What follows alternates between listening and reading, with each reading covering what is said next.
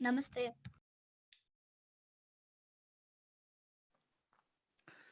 Namaste.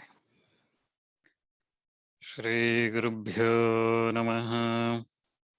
Gurur Brahma, Gurur Vishnu, Gurur Devo Maheshwaraha. Guru Sakshat Param Brahma Tasmai Shri Gurave Namaha. Gurave Sarvalokanam Bhijaje Bhavaroginam Nidhaye Sarva Vidyanam Sri Dakshinamurtaye Namaha. Vakradunda Mahakaya Surya Kodi Samaprabha Nirvignam Guru Me Deva Sarvakaryeshu Sarvada.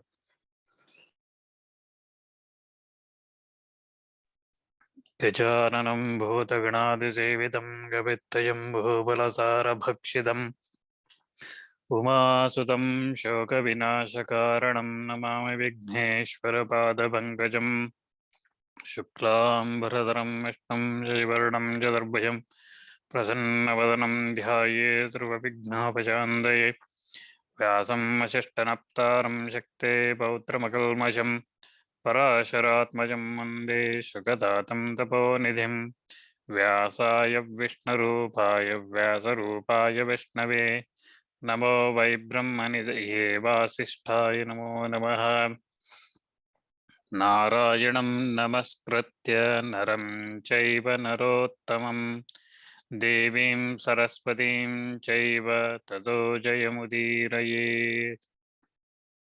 Sri Gurubhyo Namah. So yesterday we saw Janameja's snake sacrifice, how he performed the snake sacrifice and how Astika came to that sacrifice, and he praised Janameja, got entry into that, and then when Takshaka was about to fall, Janameja granted him a boon, his wish, a gift, and Astika asked the sacrifice to be stopped right there. Janameja tried to convince him, but Astika did not listen. He said the only thing he wants is the sacrifice stopped. And everyone agrees to that. And the sacrifice is stopped from that point. Right? So the sacrifice is stopped. Now, let's look at what happens after sacrifice is stopped. Okay. So Janameja, after the sacrifice, all the rishis, brahmanas, everyone who came to that sacrifice, they assembled and they were discussing on various topics. Okay, when brahmanas, these days when brahmanas assemble together, they talk about politics. But in the olden days, when brahmanas assembled together, they used to talk about Vedas, Upanishads, knowledge, okay, Brahma, topics like that. What is good, what should be done, how it should be done, all these kind of things they used to discuss and debate and understand, learn more from the others, each other. That's what they used to do, because there is so much text in our scriptures. It is very difficult for one person to learn everything. The easiest way is to understand from somebody else, ask the question and understand. That's what they used to do. At that time, Janamejaya requests Vyasa to narrate the story or the events of Kurus, Kauravas, and Pandavas. He asks Vyasa to explain why those brothers, Kauravas and Pandavas, became enemies. Why did they start the battle? What happened in that battle? What is the reason for brothers resulting in such a huge war? And he says, please explain me everything in detail. I want to know all the events that took place. Okay, all the events that took place leading up to that war, and what happened in the war, and what happened after the war. I want to know everything. Vyasa says, excuse me. Vyasa says, I have told all this to my student disciples. Vaishampayana will narrate this. Okay, Vaishampayana was there, and Vyasa says Vaishampayana will narrate everything because he heard it from myself. Okay, I told him previously, so let him narrate you this story. Okay, so Vaishampayana, with Guru's ask, he starts narrating. Okay. So what he says is, he first worships Vyasa, his guru, and then he worships all the Brahmanas, Rishis, everybody that assembled there. And then with their blessings, he starts narrating. He says, so this is how he says, what happened between Pandavas and Kauravas, Mahabharata, in a short summary. He explains. After Pandu's death, okay, Pandu's death, the Pandavas' 5 sons of Pandu returned to Hastinapura, and they began their study in Hastinapura, and in a short time they were very good in archery and all the kind of warfare. They were good in knowledge. They were learning in Vedas, Upanishads, everything, all type of knowledge. And they were also very strong in physically. They were very strong. They were intelligent. They were patient. They were kind. They were very good characters, not just strength. They were characters also. Their behavior was also very good. On the other side, Duryodhana with Karna and Shakuni became very jealous of these Pandavas, and they thought these Pandavas are risk for them. They thought Duryodhana alone will not become the king in future. Pandavas will also claim to the rights to the throne. That's why they thought them as a threat. So they tried to harm Pandavas. Okay, they tried many things directly and indirectly. All of them became unsuccessful. Okay, Duryodhana and Shakuni feeds Bhima poison. Okay, and they tie Bhima and then drop him in the river Ganga. Bhima goes to the bottom of the earth and reaches the snake's world. And there all the snakes bite him. Still nothing happens to him. And then he comes back even stronger. 1,000 elephants strength. He gains by going there. He gains strength of 1,000 elephants. And then after all these failures, what Duryodhana does is he builds a house of lac. Lac is like something that melts, okay, like a candle type of substance. Okay, when it heats, it completely melts out, and it's easy to catch fire. Okay, so they build a house of that, and he sends Pandavas to stay there. And Vidura gives hint to Yudhishthira, Pandavas, that something is wrong there, be careful. And Pandavas escape from that house when the fire get caught. Okay, and after that, spending some time in forest, they go to Panchala, kingdom of Panchala. There, Arjuna successfully wins Draupadi in the Swayamvara, where she was, there was some challenge, and he completes the challenge, and Draupadi becomes their wife. They return to Hastinapura. Okay, and then Bhishma at that time says Pandavas are very good, but Dhritarashtra, who is the father of Duryodhana and other Kauravas, did not want to give complete kingdom to Pandavas. So Bhishma suggests split the kingdom and give Kandava Prastha to Yudhishthira, a kingdom or a town, or we call Kandava Prastha to Yudhishthira. Pandavas accept that, and they build a kingdom there.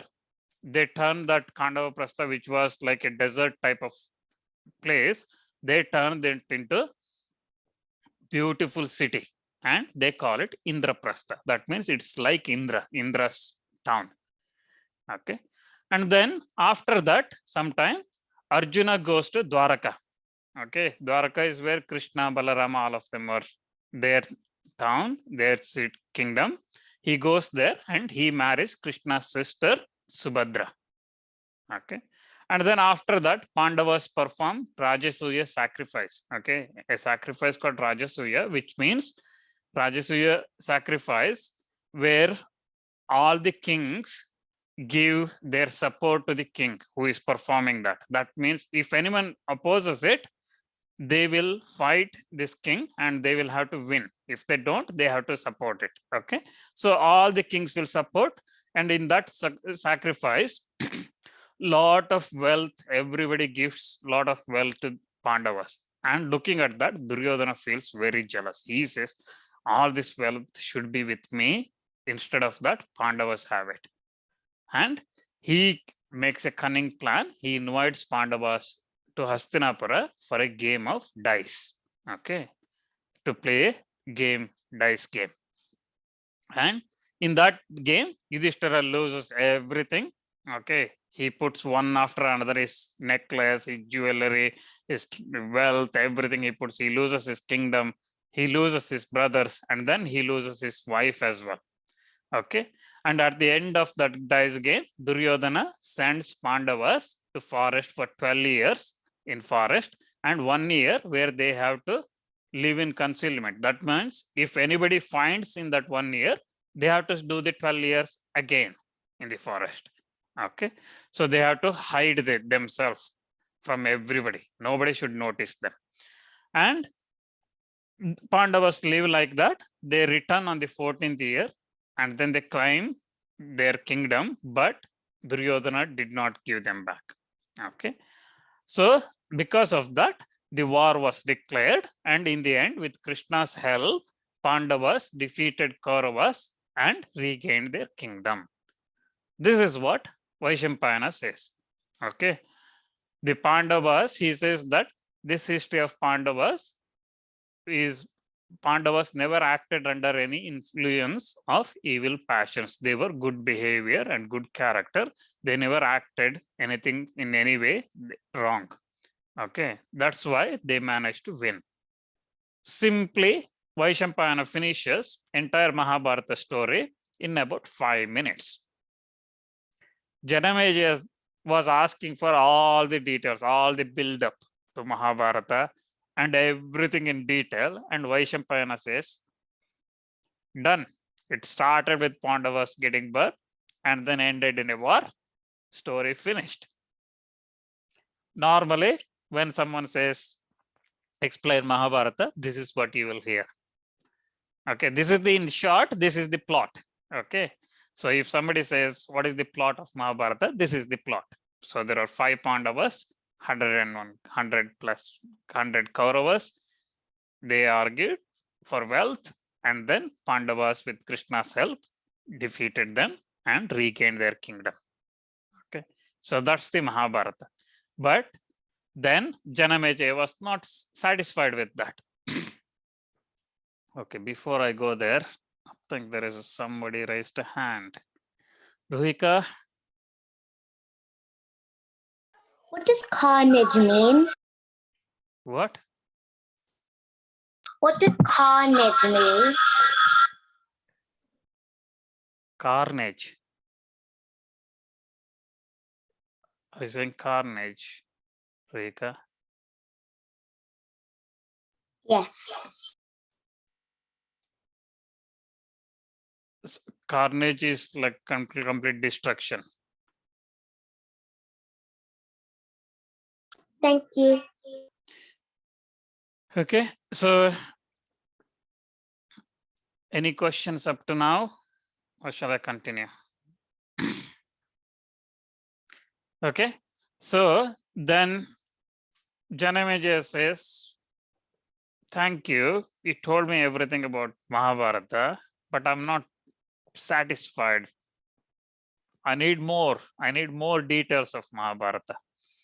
Okay, and then Mahabharata, Vaishampayana agrees to narrate more in detail, and then he starts by explaining what Mahabharata is. Because Mahabharata is so long, he did not want to just go and start explaining.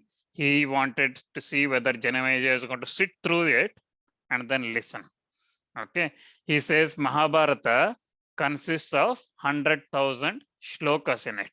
Okay, for which I told you this, I think on the first day, very first day, it contains 100,000 shlokas, and he explains, Vaishampayana explains all the benefits of Mahabharata. I'm not going to read everything that's I'm sharing on the screen.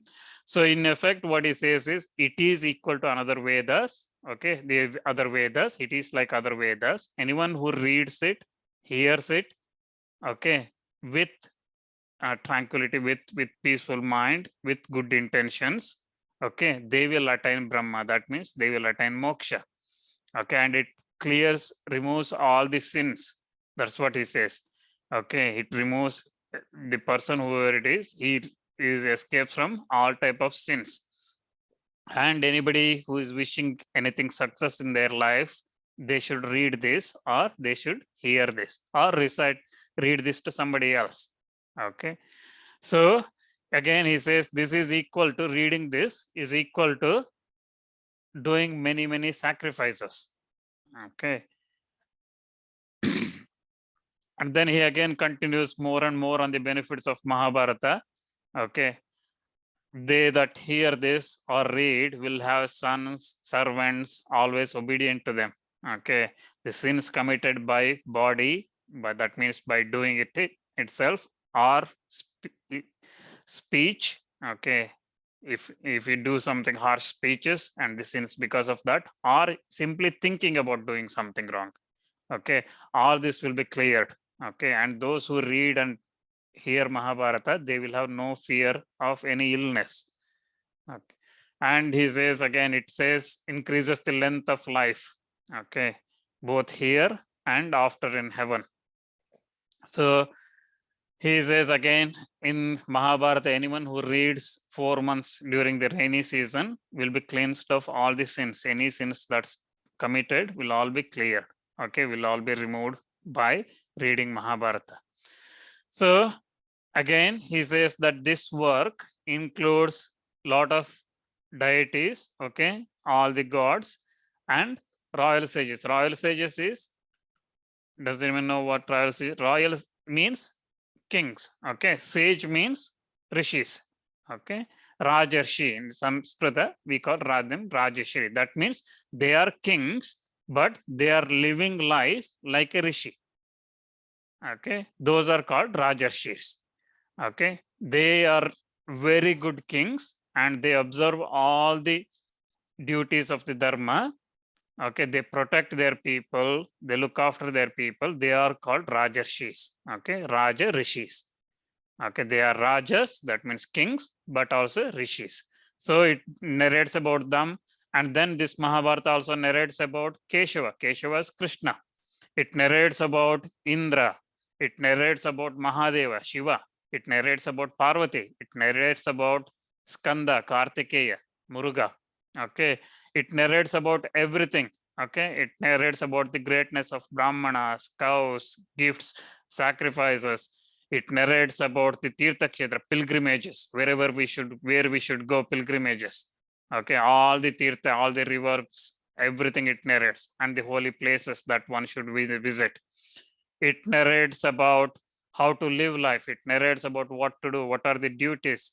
It says everything. And finally, again, he says this Mahabharata is a collection of Shrutis. Shrutis is Vedas, Upanishads, all these things, Shrutis. Okay. And is fit to be heard by every virtuous person. That means all the people who are of good character should read this. Okay. And then he again continues. Okay. So even reading one shloka or one adhyaya, one chapter of this Mahabharata during Shraddhas, that means when the performance, this puja prayers is done, worship is done for the ancestors. Okay.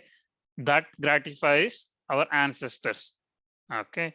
And that's again it talks repeatedly about sins cleansing and all these kind of great things about Mahabharata. And finally, Vaishampayana concludes that whatever that's there in this world, everything is there in Mahabharata. Whatever that's not in Mahabharata, you can't find it anywhere else. Okay, whether it is in the scriptures or in the real world, Mahabharata talks about everything. If you think of any scenario, there is something in Mahabharata that's always related to that. Okay, so he says that Mahabharata, and then he starts Mahabharata story narration. Okay, in detail. Any questions at this stage? Anyone?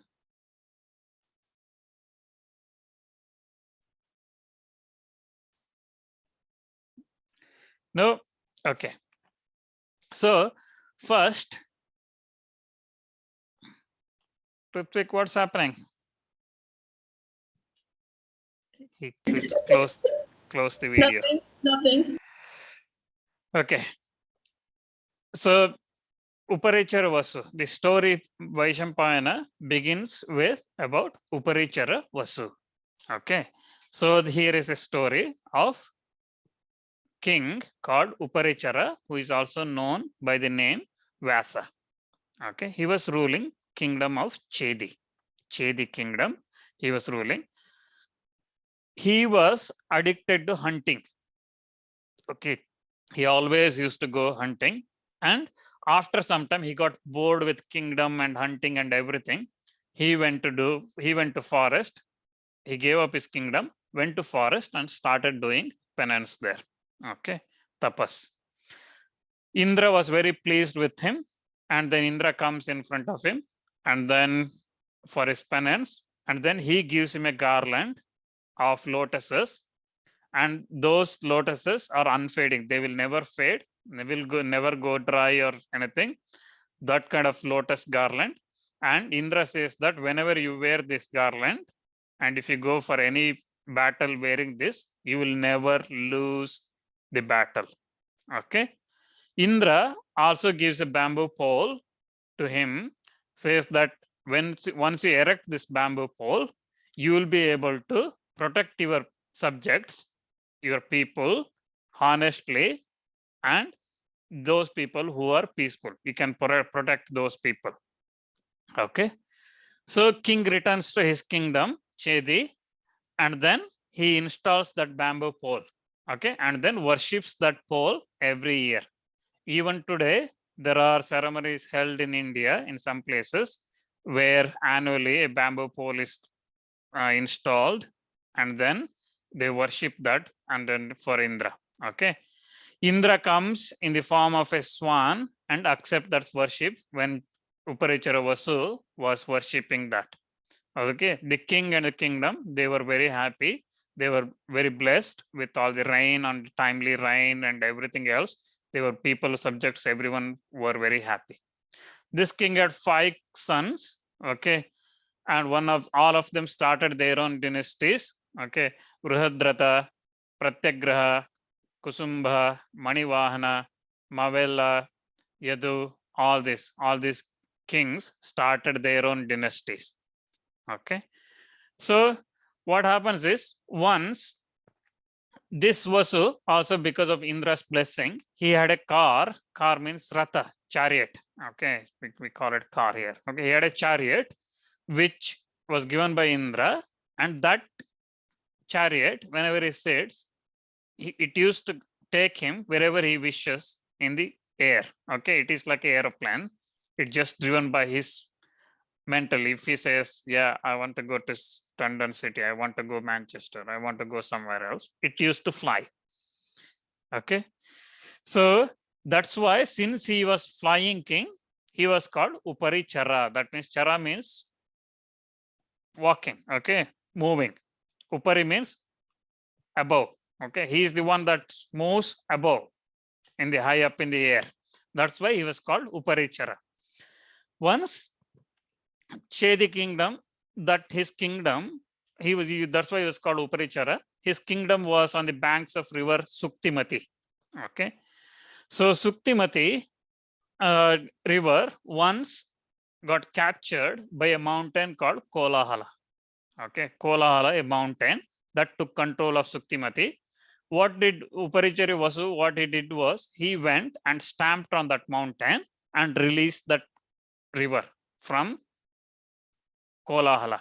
Okay, and by that time, Suktimati gave birth to 2 children, one boy and a girl. And Vasu made the boy as his commander of his army, and girl, he married her. That girl's name is Girika. Okay, and once upon a time, once the king was on a hunting trip. Okay, because I told you he is addicted to hunting. He went on a hunting trip, and he remembers his wife's wish to have children. Okay, so what he does is, he sends a fruit with his energy and he sends it through a hawk that was sitting on the tree. He asks the hawk to take that fruit to his wife. Okay. Hawk says okay, and it was flying. Another hawk sees it carrying something in its beak, and then it comes and starts fighting. That fruit drops. Okay, it drops into the Yamuna river. From there, in that river, there was a Apsara, okay, called Adrika, who was living as a fish. She immediately took that fruit, which fell into the water from the hawk. Okay. After some time, the fishermen caught this fish, Adrika, from the Yamuna river. When they cut it open, they saw 2 children inside, human bodies. Okay. And the fishermen took those children to King Uparichara, Vasu. Okay. The Apsara who was living there she was living as a fish due to a curse. Okay. And she was released from that curse once she was cut. Okay. After the birth of her children, she gained the status as Apsara and she returned to heaven. Okay. Here, Vasu looked at those 2 children and he took the male child who later became known as the Matsya. Okay. Matsya means mean, fish. Okay. So he later became known as King Matsya. Okay. And the female daughter, the fisherman did not have any children. So king says, you take care of this girl. Okay. That daughter was very, very smelly. She used to smell like fish. Okay. She used to smell like fish, not from nearby. Even she was called many, many miles away. She used to smell. If she comes anywhere near, long distance, she used to smell like fish. She was named really as Satyavati, but because of her smell, everybody used to call her Matsyagandhi. Matsyagandhi is the one who smells like fish. Okay. And one day, so Satyavati, when she grew older, she started running a boat service across Yamuna because she wanted to support her father. Okay.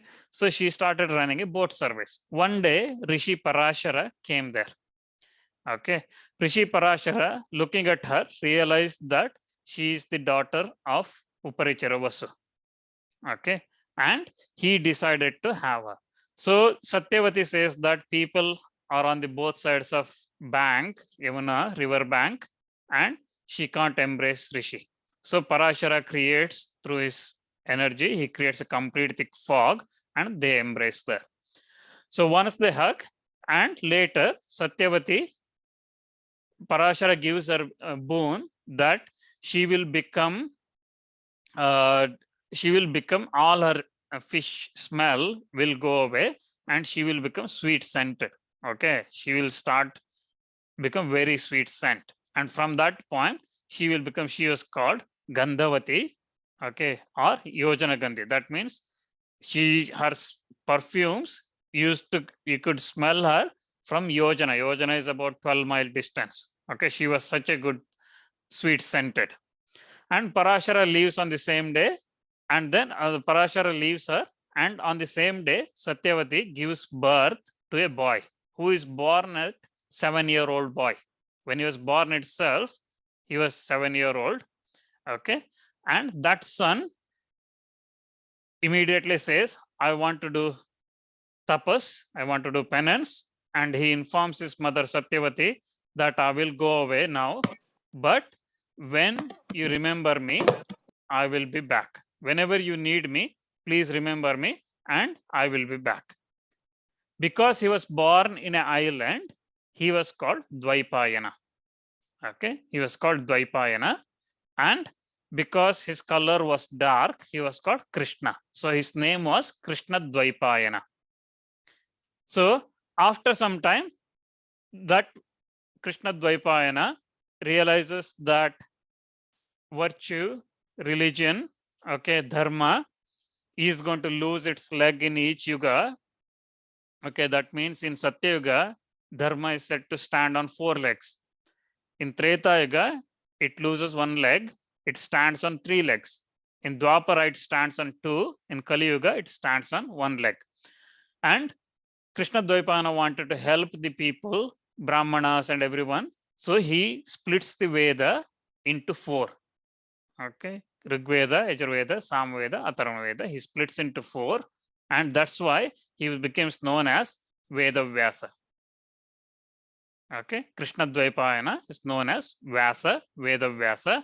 And Vyasa taught these 4 Vedas to his disciples, Sumanta, who learned Atharvana Veda, Jaimini, Samveda, Pilala learned Rigveda, Vaishampayana learned Yajurveda, and he also taught all this to his son Shuka, okay, all the Vedas, and then he also taught Mahabharata to all his students and his son.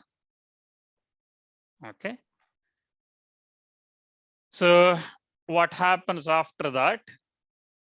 So next, Vaishampayana starts explaining all the characters in Mahabharata, which we will look at it in tomorrow. Okay. So today we learned about how Krishna Dvaipayana Vyasa was born. Okay, there is Uparichara Vasu. Okay, from him, 2 fishes, through fish, 2 children were born.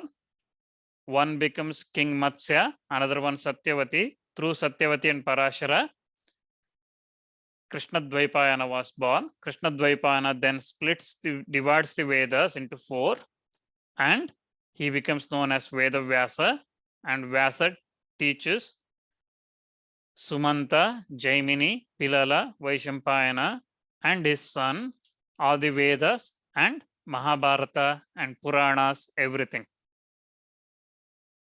Okay. We will look at rest of the characters and Mahabharata, how he explains tomorrow.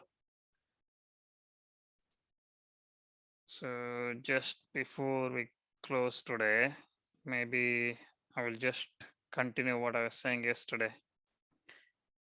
Conduct, right? How to behave and what to do, what not to do.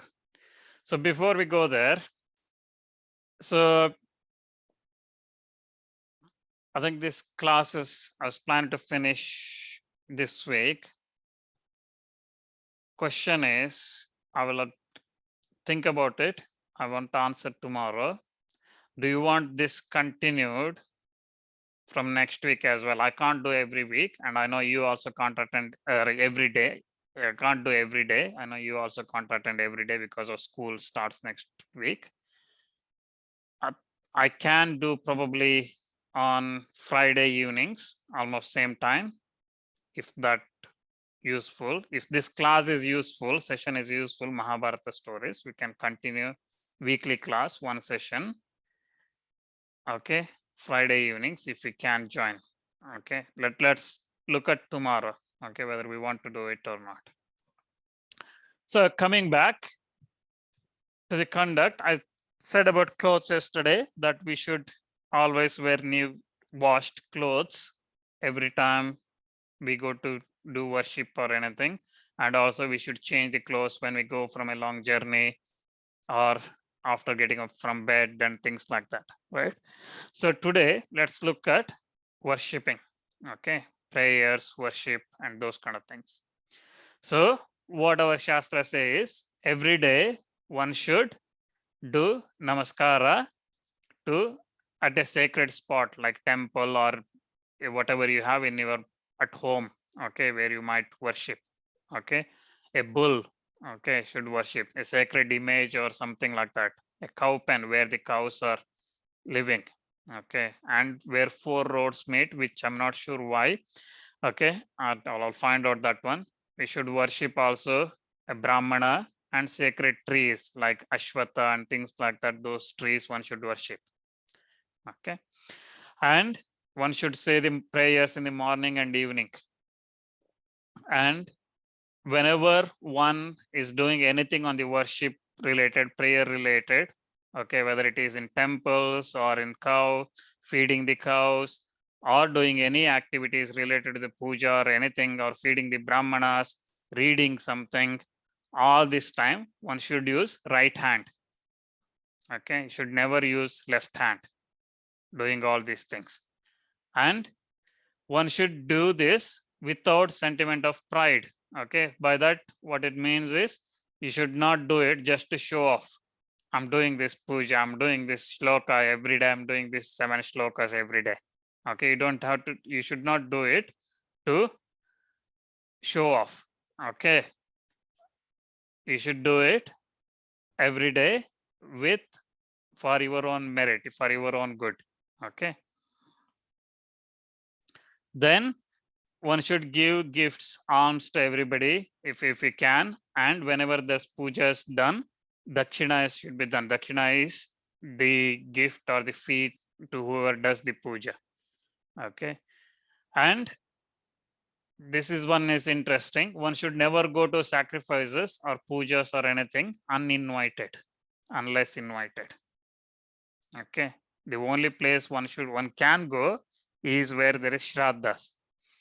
Okay, shraddha is Pitrus, ancestors worship. That's where one can go. Pujas, deities pujas, normally it says one should not go. Okay, and also the last one is also interesting, is one should never eat if you make some food, okay, sweet food or anything, payasa, all these things, one should never eat it without offering to the deities first. Okay, these are some of the worship related. The next set I got is something related to the eating and food. Okay, so here before eating, let's do this. Let's cover this tomorrow. Okay, because there are 2-3 pages on eating and food. We'll cover this tomorrow. Any questions today? I got 2 minutes. Yeah, Rayansh, if you raise hand like that, I can't see. I also got a Krishna book I got from Christmas. Okay, very good. Read it. Yeah, Tulsi. Why did they start letting people eat meat? I will explain that tomorrow. Okay, Tulsi. There are in the food sections. I will cover that. Okay. Yeah, Adi. Why can't Indians eat beef? Because cows are sacred. Again, I will cover that tomorrow. Okay, when we talk about food, cows are sacred to us. So beef or any flesh, meat, any other meat, we should not eat. But I'll explain that tomorrow. Okay, that means you have to join tomorrow. Any other questions?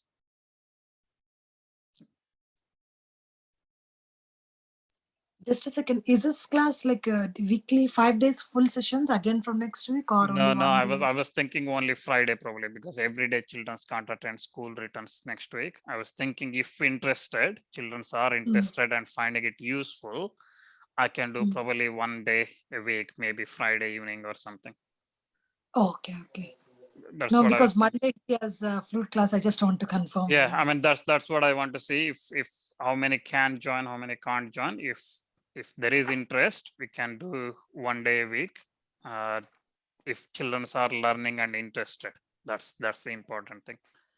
Yeah, sure. Thank you. No problem. Any other questions?